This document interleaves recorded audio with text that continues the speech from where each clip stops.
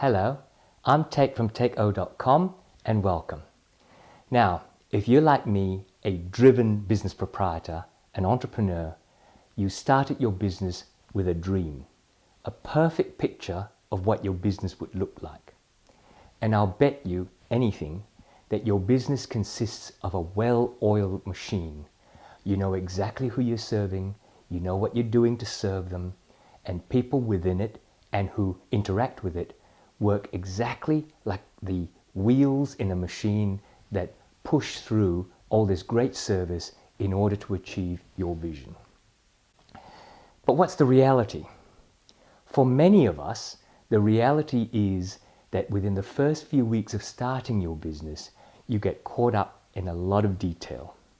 And then, as you expand and grow, you start to hire people who don't quite get what it is you're doing, and they don't quite get what it is they're supposed to do within it. And very soon, you have staff coming to you and saying, oh, well, how do I do this? Do you think that's better or this is better? And you have to make all of these micro decisions, and you have to micromanage and micro-supervise the work of everybody. So much so that you lose focus. For many of us, after the first few months, if not years, we start to forget this beautiful dream that was our vision. So how do you get there? How do you create this self-running business that moves like a well-oiled machine where everybody knows exactly what they're doing, does the right thing, produces consistent value in a consistent way, following consistent procedures? Well, this is about vision leadership. It's about having a strong vision that you carry through into your day-to-day reality. Now, what's a strong vision? It's a vision that is highly motivational, not just to yourself, but for the people who work in that business, the people who interact with that business either as suppliers or as customers, and they look at this creature that you've created and they want to be part of it. The second thing you need to do is to increase your communication about that vision in particular. Communication is part of leadership. That means you have to take that vision and translate it for people. This is what it means to you. These are the benefits you get when we eventually get there. Look at how much fun we're going to have. Look at the rewards you're going to get. And these rewards are not merely financial rewards. It's about how you'll enjoy working there, how you'll enjoy the services I provide to you, how you'll enjoy our relationship as I buy from you. The third thing you need to do is create systems and procedures that reinforce your vision. How often have you heard about a business that says, customer service is our top priority, that's part of our vision.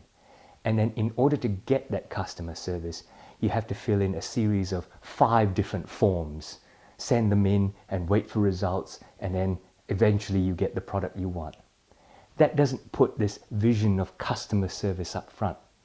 Your procedures have to be tailored in such a way that everything you do shows that you're following the vision, and it gets the tick of approval about how it helps you work towards your vision.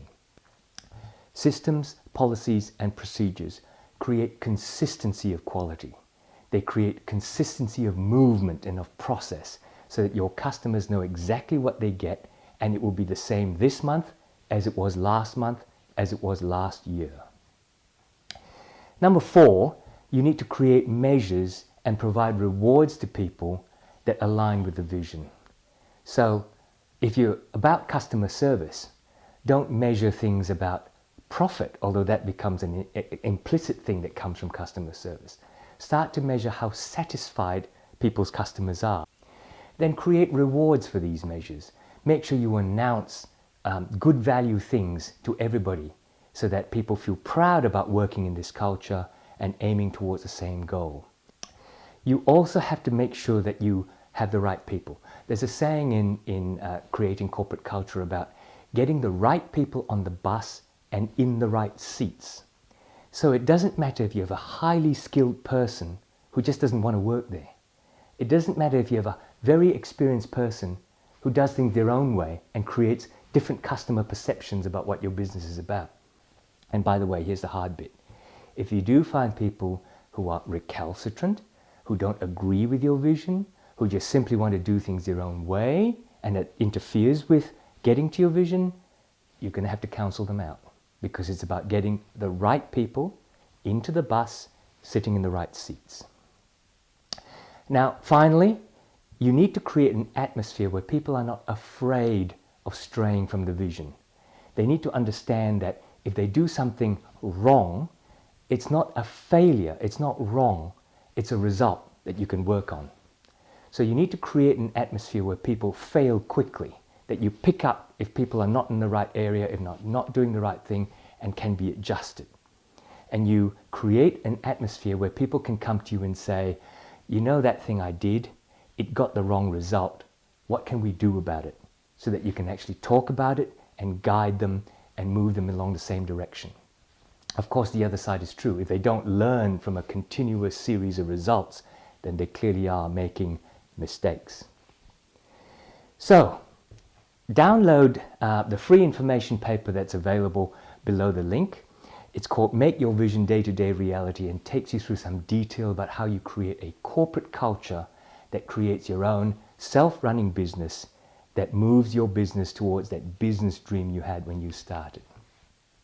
And if you're interested to deep dive into this sort of reality about creating your self-running business, I actually have an online training course called Create Your Self-Running Business. And in it, I take you through a series of videos and workshops with downloadable worksheets that you can use to take the steps and follow the process to create your self-running business.